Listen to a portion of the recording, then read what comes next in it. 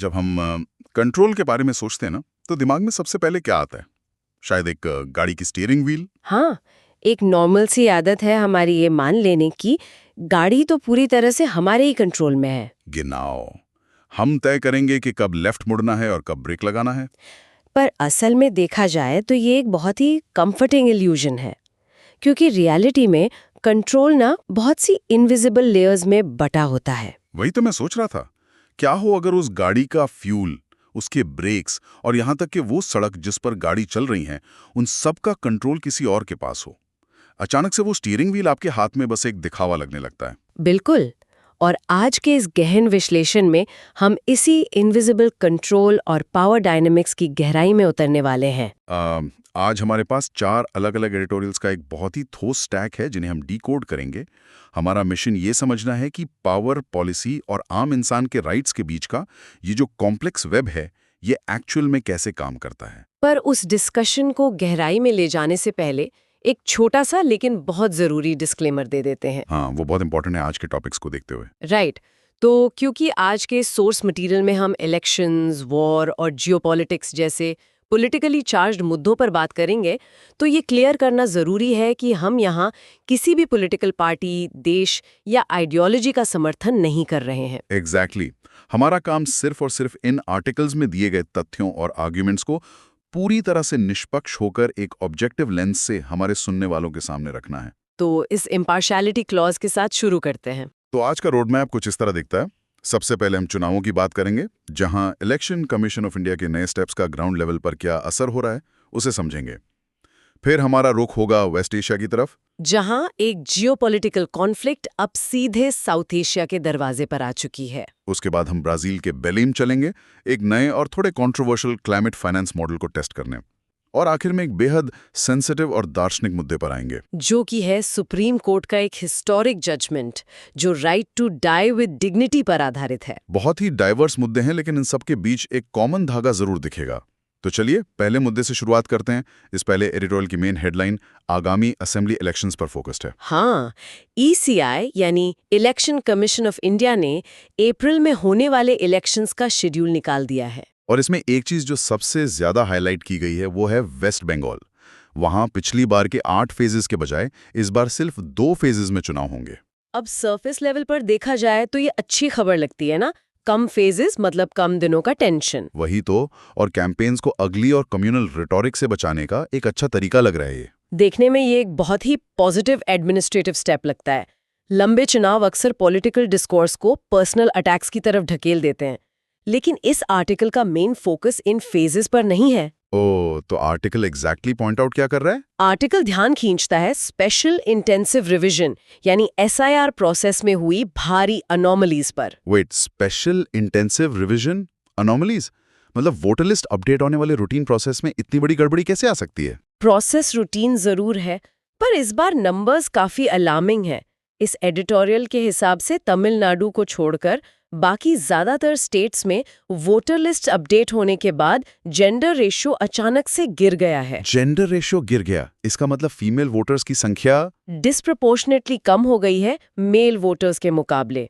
और इसके साथ ही एक अबनॉर्मली हाई नंबर ऑफ डिलीशंस देखे गए हैं। मतलब बिना किसी क्लियर जस्टिफिकेशन के लाखों लोगों के नाम वोटिंग लिस्ट से ही हटा दिए गए। एग्जैक्टली।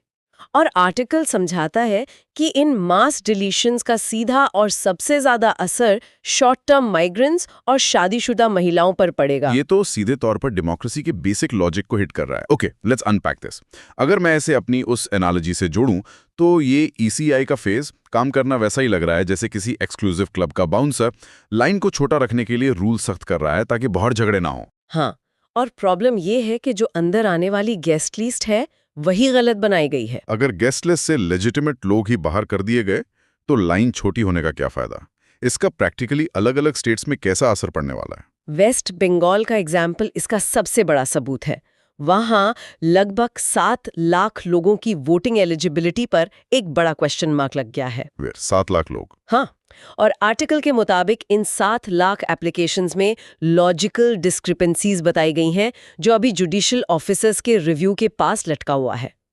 अब आप खुद सोचिए, किसी भी क्लोजली फॉट स्टेट इलेक्शन में जहां जीत हार कुछ हजार वोट से तय होती है, वहां 7 लाख लोगों का अधिकार अधर में होना एक मैसिव स्ट्रक्चरल फ्लॉ है। बिल्कुल।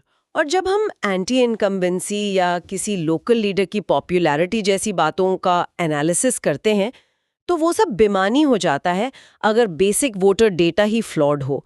सिर्फ बंगाल ही नहीं, बाकी स्टेट्स के अपने कॉम्प्लेक्स वेरिएबल्स हैं। जैसे कि असम में क्या चल रहा है अभी? असम में मुकाबला सीधा बीजेपी, जहां हिमांता बिस्वा शर्मा है, और कांग्रेस के बीच है। आर्टिकल नोट करता है कि वहां कांग्रेस अखिल गोगोई की रायजोड़ दल के साथ गठबंधन करने में फेल रही है। तो वहां चुनाव गवर्नेंस के बजाय आइडेंटिटी पॉलिटिक्स पर ज्यादा केंद्रित हो गया होगा। एग्जैक्टली। और उधर तमिलनाडु में एक्टर विजय की नई पार्टी तमिलनागा वेट्री कज़गम और नाम तमिझर कच्ची ने डीएमके और एआईएडीएमके की पुरानी लड़ाई को काफी जटिल बना दिया है। और केरला और पुडुचेरी का क्या सीन है इन इलेक्शंस में? केरला में एलडीएफ एक स्ट्रॉन्ग एंटी इनकम्बेंसी का सामना कर रही है, जबकि पुडुचेरी में ऑल इंडिया एनआर कांग्रेस और बीजेपी के अलायंस का सीधा मुकाबला कांग्रेस, डीएमके, लेफ्ट और वीसी के कोलिशन से है। तो हम अक्सर न्यूज़ में सुनते हैं कि इस पार्टी का अलायंस उसके साथ हो गया या इस नेता ने उस पार्टी को छोड़ दिया, पर असल कहानी तो इस वोटर डेटा में छुपी है। अगर ईसीआई सिर्फ फेजेस कम करके अपनी अकाउंटेबिलिटी पूरी मान लेती है जबकि लाखों वोटर्स के राइट्स लटके हुए हैं, तो ये थोड़ा अजीब है। यही तो बड़ा सवाल है जो आर्टिकल उठाता है। चुनाव एफिशिएंट दिखाने का नैरेटिव एक तरफ है, पर उन लाखों वोटर्स का क्या जो पोलिंग बूथ्स जाएंगे और उन्हें पता चलेगा कि उनका नाम ही लिस्ट में नहीं है। इसलिए कंक्लूजन ये निकलता है कि ये चुनाव नेशनल पॉलिटिक्स से ज़्यादा स्टेट गवर्नमेंट्स की परफॉर्मेंस और इन्हीं लोकल या रीजनल वेरिएबल्स पर तय होंगे। ये सच में सोचने पर मजबूर करता है कि डोमेस्टिक पॉलिटिक्स में असल कंट्रोल किसके पास है। खैर, जब घर के अंदर ऐसी कॉम्प्लेक्स बैटल्स चल रही हों और यूथ वोटर डिससैटिस्फैक्शन हो, तो बाहर से आने वाले झटके और भी ज्यादा डिस्टेबलाइजिंग होते हैं। आप जियोपॉलिटिक्स की बात कर रहे हैं ना? बिल्कुल। यहीं से हम अपने दूसरे एडिटोरियल की तरफ बढ़ते हैं, जो कूटनीति यानी जियोपॉलिटिक्स के पावर प्ले पर फोकस्ड है, और ये काफी इंटेंस है। इस आर्टिकल का हुक ये है कि 4 मार्च को इंडियन ओशन में श्रीलंका के ठीक पास यूनाइटेड स्टेट्स ने एक ईरानी वॉरशिप जिसका नाम IRIS देना था, उसे डुबो दिया। एक मिनट, इंडियन ओशन में मतलब जो युद्ध अभी तक वेस्ट एशिया में चल रहा था, वो अब सीधे हमारे दरवाजे पर साउथ एशिया में आ चुका है। वही तो सबसे अलार्मिंग बात है। और इस आर्टिकल के अनुसार इस घटना पर भारत का जो शुरुआती रवैया रहा है, वो अपने पड़ोसियों जैसे मालदीव्स, श्रीलंका, बांग्लादेश और पाकिस्तान से बिल्कुल अलग रहा है। इस आर्टिकल में जियोपॉलिटिकल स्ट्रैटेजी और भारत के इसी एनॉमलस स्टांस का जिक्र है। एनॉमलस मतलब एक ऐसा रवैया जो आम पैटर्न से बिल्कुल हटकर हो। पर अलग कैसे? अगर पड़ोस में ऐसी घटना हो रही है तो नॉर्मली हमारा फॉरेन ऑफिस तुरंत रिएक्ट करता है। वही पॉइंट आर्टिकल हाईलाइट करता है। जब यूएस इजराइल स्ट्राइक्स में ईरान के सुप्रीम लीडर आयतुल्ला अली खामानी मारे गए, तो बाकी दक्षिण एशियाई देशों ने तुरंत शोक व्यक्त किया। हाँ, मुझे याद है मालदीव्स ने तो क्लियरली कंडेम भी किया था। लेकिन साउथ ब्लॉक यानी भारत का फॉरेन मिनिस्ट्री काफी देर तक चुप रहा। ईरानी एम्बेसी में formally foreign secretary Vikram Misri को भेजने में 5 दिन लग गए, और मिज़रा के स्कूल में जो 150 छात्र मारे गए, उस पर शोक जताने में भी 1 हफ्ता लग गया। 1 हफ्ता? ये हेजिटेट करने का पैटर्न तो ट्रेडिशनल पॉलिसी से मैच नहीं करता। इसका क्या कारण बताता है आर्टिकल इसका सीधा कनेक्शन प्राइम मिनिस्टर मोदी के हाल ही में हुई इजराइल यात्रा और वहां कनेसेट में दिए गए उनके बयान से जोड़ता है। पर आर्टिकल एक बड़ा रियलिटी चेक भी देता है, इकोनॉमिक एंड मैरिटाइम सिक्योरिटी को लेकर। ये एंगल हमारे सुनने वालों के लिए बहुत क्रूशल है। हम आमतौर पर सोचते हैं कि वेस्ट एशिया की लड़ाई से हमें क्या लेने देना, पर हमें बहुत लेना देना है। डेटा देखिए, करीब 25 million South Asians West Asia में काम करते हैं, और उनमें से 10 मिलियन यानी 1 करोड़ से ज्यादा तो सिर्फ भारतीय हैं। बिल्कुल। और मैरिटाइम सिक्योरिटी तो और भी बड़ा इशू है। दुनिया भर के सीफेरर्स यानी समंदरी नाविकों में 15% हिस्सा भारतीयों का है। ये लोग उन डेंजरस रूट्स पर सीधे रिस्क में हैं। युद्ध के कारण फ्यूल, फर्टिलाइजर्स और सप्लाई चेन्स तो वैसे ही खतरे में हैं। हाँ, और इसका प्रेशर पड़ोसियों पर भी है। बांग्लादेश और श्रीलंका जैसे देश भारत से पेट्रोल और डीजल की मांग करें क्योंकि वहां आपूर्ति प्रभावित हो रही है। यहाँ आकर ना एक ऐसी बात आती है, where it gets really interesting. एक बड़ा अजीब पैराडॉक्स है इस आर्टिकल में। जब आयरिस देना डुबाया गया तो इंडियन नेवी ने श्रीलंकन नेवी के साथ मिलकर तुरंत रेस्क्यू ऑपरेशंस किए और नाविकों को सेफ हार्बर दिया। ह्यूमैनिटेरियन लेवल पर ये तो एक बेहतरीन रिस्पांस था। हाँ, पर उसके बाद जो हुआ वो अजीब है। उन नाविकों की मौत पर ऑफिशियल कंडोलेंसेस यानी आधिकारिक शोक व्यक्त नहीं किया गया, जबकि हैरानी की बात यह है कि यही लोग अभी फरवरी में विशाखापट्टनम में मिलान 2026 और इंटरनेशनल फ्लीट रिव्यू में भारत के ऑफिशियल गेस्ट थे। अपने ही मेहमानों की मौत पर यह साइलेंस वाकई पजलिंग है। पर if we connect this to the bigger picture, ये सब एक बड़े पावर गेम का हिस्सा है। यूएस का ये यूनिलैटरल एक्शन क्वाड में भारत के नेट सिक्योरिटी प्रोवाइडर वाले रोल को सीधे चैलेंज करता है। नेट सिक्योरिटी प्रोवाइडर मतलब जो हमारी एक प्रोटेक्टर वाली इमेज है इंडियन ओशन में, वो एग्जैक्टली इसलिए आर्टिकल कंक्लूड करता है कि भारत को अपनी वेस्ट एशिया पॉलिसी में वो पुराना ट्रेडिशनल बैलेंस वापस लाना होगा। आईओआरए यानी इंडियन ओशन रिम एसोसिएशन और कोलंबो सिक्योरिटी कन्क्लेव को मजबूत करना होगा, खास करके आगामी 2026 ब्रिक्स समिट के लिए, जहां ईरान और यूएई दोनों हैं, वहां हमारी कूटनीति काफी कसी हुई होनी चाहिए। तो बेसिकली कूटनीति में ताकतवर देश रूल्स बनाते हैं और बाकियों को एडजस्ट करना पड़ता है। वैसे ये global north versus global south का मुद्दा न सिर्फ युद्ध तक सीमित नहीं है। अगर हम क्लाइमेट फाइनेंस की बात करें तो वहां भी यही पैसे और पावर का खेल चल रहा है। ये क्लाइमेट फाइनेंस वाला मुद्दा सच में काफी कॉम्प्लेक्स है। चलिए अपने तीसरे सेगमेंट की तरफ चलते हैं, जो ब्राजील के बेलेम शहर में हुए COP30 क्लाइमेट समिट पर आधारित है। इस आर्टिकल का मुख्य आकर्षण है ट्रॉपिकल फॉरेस्ट फॉरएवर फैसिलिटी यानी शॉर्ट में TFFF। अब सवाल यह है कि क्या ये नया मॉडल वाकई उन लोकल कम्युनिटीज की मदद करेगा जो जंगलों को बचा रहे हैं, या ये सिर्फ एक और दिखावा है? TFF का मॉडल पहले वाले मॉडल से थोड़ा अलग है। पहले क्या होता था कि बस पेड़ काटने से रोकने यानी अवॉइडिंग डिफॉरेस्टेशन के लिए पैसे दिए जाते थे। उसको तो ट्रेडिशनली कार्बन क्रेडिट्स वगैरह से जोड़ देते थे। पर TFF compensating for standing forest की बात करता है।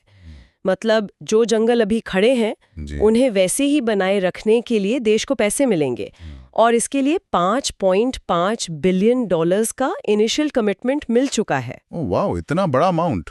जिसमें से 3 बिलियन तो अकेला नॉर्वे दे रहा है। और इसमें सबसे खास बात ये बताई जा रही है कि 20% परफॉर्मेंस बेस्ड पेमेंट्स सीधे इंडिजिनस पीपल्स और लोकल कम्युनिटीज के लिए रिजर्व रखे गए हैं। ये सुनने में तो परफेक्ट लगता है। मतलब फाइनली उन लोगों को फाइनेंशियल रिवॉर्ड मिल रहा है जो असल में जमीन पर मेहनत करके फॉरेस्ट बचा रहे हैं। लेकिन मुझे लग रहा है यहाँ कोई बड़ा कैच होने वाला है। कैच तो बहुत बड़ा है। इस आर्टिकल में इसे स्ट्रक्चरल पावर इम्बैलेंसेस का नाम दिया गया है। कहा यह जा रहा है कि 400 से ज्यादा कम्युनिटी लीडर्स ने इस फंड को डिजाइन किया था। अच्छा, तो उन्हें शामिल किया गया प्रोसेस में? शामिल किया गया, पर जब TFFT में गवर्निंग बॉडीज बनी जो एक्चुअल डिसीजंस लेंगी, वहां इन लोकल लीडर्स को वोटिंग राइट्स यानी वोट देने का अधिकार ही नहीं दिया गया। ये तो वैसा ही है कि आप मुझे अपनी कंपनी में प्रॉफिट का हिस्सा तो दे रहे हैं, लेकिन बोर्ड ऑफ डायरेक्टर्स में कुर्सी नहीं दे रहे, डिसीजन कोई और ही लेगा। बिल्कुल, और इस पर काफी बैकलैश भी आया है। ग्लोबल फॉरेस्ट कोलिशन यानी GFC ने इस मॉडल को सीधे शब्दों में कॉलोनियलिस्टिक या उपनिवेशवादी सोच से प्रेरित बताया है। उनका तर्क क्या है इसके पीछे? उनका कहना है कि $4 पर हेक्टेयर का जो पेमेंट तय किया गया है वो बहुत ही कम है, और दूसरा, ये मॉडल डिफॉरेस्टेशन के असली स्ट्रक्चरल कॉजेज को रोकता ही नहीं है। असली कॉजेज मतलब जैसे बड़े एग्री बिजनेस प्रोजेक्ट्स, माइनिंग या ऑयल प्रोजेक्ट्स? हाँ, ये बड़ी कंपनीज अपना काम करती रहेंगी और उसे ग्रीन वॉश करने के लिए फंड चलता रहेगा। तो ब्राजील की गवर्नमेंट इस पे क्या कर रही है? उन्होंने तो होस्ट किया है ना। ब्राजील ने UNDP, FAO और WWF के साथ मिलकर एक डिजिटल प्लेटफॉर्म बनाया है ताकि फंड सीधे कम्युनिटीज तक पहुंचे। लेकिन आर्टिकल क्लियर करता है कि असली लड़ाई बस पैसा पहुंचाने की नहीं है। तो असली लड़ाई किस चीज की है? लैंड राइट्स की। एग्जैक्टली। लैंड राइट्स और क्लाइमेट जस्टिस की। सिर्फ पैसा देना काफी नहीं है जब तक कि सत्ता और फैसला लेने की ताकत यानी पावर ट्रांसफर सीधे उन लोगों को ना दी जाए जो इन जंगलों में रहते हैं। हमने अब तक जहां भी देखा कंट्रोल और अधिकारों की ही चर्चा हुई है। जमीन पर अधिकारों की बात, कूटनीति में अधिकार देखे, पर अब हम इस डीप डाइव को एक बहुत ही सेंसिटिव दार्शनिक और कानूनी मुद्दे पर लाते हैं। ये आखिरी एडिटोरियल सच में एक बहुत बड़ा फंडामेंटल सवाल उठाता है, क्योंकि इस इंसान का सबसे बड़ा अधिकार उसके अपने जीवन और मृत्यु पर होता है। इस एडिटोरियल का केंद्र सुप्रीम कोर्ट का वो ऐतिहासिक फैसला है जिसमें हरीश राणा के लिए लाइफ सपोर्ट हटाने की अनुमति दी गई थी। इस मुद्दे को ठीक से समझने के लिए हरीश राणा की मेडिकल कंडीशन देखना जरूरी है। वो पिछले 12 सालों से सर की चोट के कारण परसिस्टेंट वेजिटेटिव स्टेट यानी पीवीएस में थे। पीवीएस में बेसिकली ब्रेन कॉन्शियस नहीं होता, पर आर्टिफिशियल न्यूट्रिशन और हाइड्रेशन से बॉडी जिंदा रहती है ना? हाँ, आज की मेडिकल टेक्नोलॉजी इंसान को फिजिकली सालों तक जिंदा तो रख सकती है, पर बड़ा लीगल और नैतिक सवाल ये है कि क्या वो जीवन सम्मानजनक है? भाई स्टीयरिंग व्हील वाली बात आ गई। बॉडी चल रही है पर कंट्रोल करने वाला वहाँ है ही नहीं। तो सुप्रीम कोर्ट ने इस लाइफ सपोर्ट हटाने का क्या लीगल आधार बनाया? तो कोर्ट ने हमारे संविधान के आर्टिकल 21 का हवाला दिया। सुप्रीम कोर्ट ने अपने फैसले में क्लियर किया कि डिग्निटी यानी सम्मान एक ह्यूमन बीइंग के वजूद का कोर है। तो इसका मतलब right to live with dignity अपने आप में right to die with dignity को इनकम्पासेस करता है। बिल्कुल। सिर्फ इसलिए कि हमारे पास टेक्नोलॉजिकल टूल्स मौजूद हैं, किसी ब्रेन डेड या पीवीएस पेशेंट को जबरदस्ती जिंदा रखना उसे एक धीमा और एगनाइजिंग डेथ देता है जो उसके अधिकारों के खिलाफ है। पर भारत में यूथनेशिया यानी इच्छा मृत्युओं पर तो कोई एक्सप्लिसिट कानून नहीं है ना, तो ये लीगल प्रेसिडेंट्स कैसे डेवलप हुए? देखिए, कानून नहीं है, इसलिए कोर्ट्स को ही स्टेप इन करना पड़ा है। आर्टिकल पुराने केसेस को ट्रैक करता है, जैसे 1996 का ज्ञान कौर केस, फिर 2011 का अरुणा शानबॉग केस जिसने मेडिकल सपोर्ट हटाने के गाइडलाइंस तय किए थे। और उसके बाद 2018 वाला कॉन्स्टिट्यूशन बेंच का जजमेंट आया था। हाँ, जिसने right to die with dignity को ओपनली एक फंडामेंटल राइट माना था। So what does this all mean आम इंसान के लिए? इस आर्टिकल में एक टर्म यूज हुआ है, लिविंग विल। मतलब जब आप हेल्दी हैं तभी एक लीगल डॉक्यूमेंट बना दें कि फ्यूचर में अगर आप वेजिटेटिव स्टेट में जाते हैं तो कैसा ट्रीटमेंट हो। कॉन्सेप्ट तो बहुत एम्पावरिंग है, पर मुझे यहाँ एक प्रैक्टिकल फियर लगता है। हमारी सोसाइटी में जहाँ प्रॉपर्टी और फैमिली के विवाद इतने कॉम्प्लेक्स होते हैं, क्या लिविंग विल के मिसयूज का खतरा नहीं है? ये खतरा रियल है और लीगल फ्रेमवर्क इसको ध्यान में रखता है। पर एक एक्सपर्ट एनालिसिस ये कहती है कि इस जजमेंट का मुख्य point end of life care में कंपैशन यानी करुणा लाना है। कंपैशन उन टर्मिनली इल मरीजों और उनके परिवारों के लिए जो ग्रे जोन में फंसे हुए हैं। एग्जैक्टली। ये जजमेंट उन इमोशनली टूटे हुए परिवारों को लेट गो करने की कानूनी हिम्मत देता है, ताकि उन्हें उम्र भर ये गिल्ट ना रहे कि उन्होंने लाइफ सपोर्ट बंद करवाकर गलत किया। ये वाकई बहुत डीप था। अगर हम आज के इस पूरे विश्लेषण को एक फ्रेम में बांधें तो हमने हर लेवल पर कंट्रोल और डिग्निटी की बात की। हाँ, चाहे वो ईसीआई द्वारा वोटर्स के लिस्ट का कंट्रोल हो या समंदर में सुपर पावर्स का डिप्लोमेटिक कंट्रोल, या बेलेम जंगलों पर आदिवासियों का अधिकार, और आखिर में आखिरी सांसों पर एक इंसान का अपना अधिकार। हर जगह एक एजेंसी और पावर की कशमकश है। और इसी कॉन्टेक्स्ट में मैं आज की चर्चा का अंत एक डीपली प्रोवोकेटिव सवाल के साथ करना चाहूंगी। बिल्कुल बताएं। जैसे जैसे मेडिकल साइंस और ये लाइफ प्रिजर्विंग हैक्स महंगे और एडवांस्ड होते जा रहे हैं, क्या फ्यूचर में मृत्यु एक ऐसी आज़ादी का हक बन जाएगी जिसे सिर्फ वही अफोर्ड कर पाएंगे जिनके पास एडवांस्ड लीगल डॉक्यूमेंट्स और वेल्थ हो? ओह वाह, मतलब बाकी लोगों को तो शायद कमर्शलाइज्ड हो चुकी मशीन्स उनके नेचुरल अंत से भी महरूम कर देंगी। बिल्कुल। क्या पीसफुल मृत्यु भी आगे चलकर एक क्लास प्रिविलेज बन जाएगी? इस बारे में सबको जरूर सोचना चाहिए। ये सच में एक चिलिंग लेकिन सोचने लायक थॉट है। हम चाहते हैं कि हमारे सुनने वाले इन मुद्दों पर खुद सोचें और इन कॉम्प्लेक्स टॉपिक्स पर गहराई से पढ़ें, इन सभी इनविजिबल थ्रेट्स को समझने की कोशिश करें। आज के इस गहन विश्लेषण में हमारे साथ जुड़ने के लिए बहुत बहुत शुक्रिया। Keep questioning the layers of control around you. Good bye.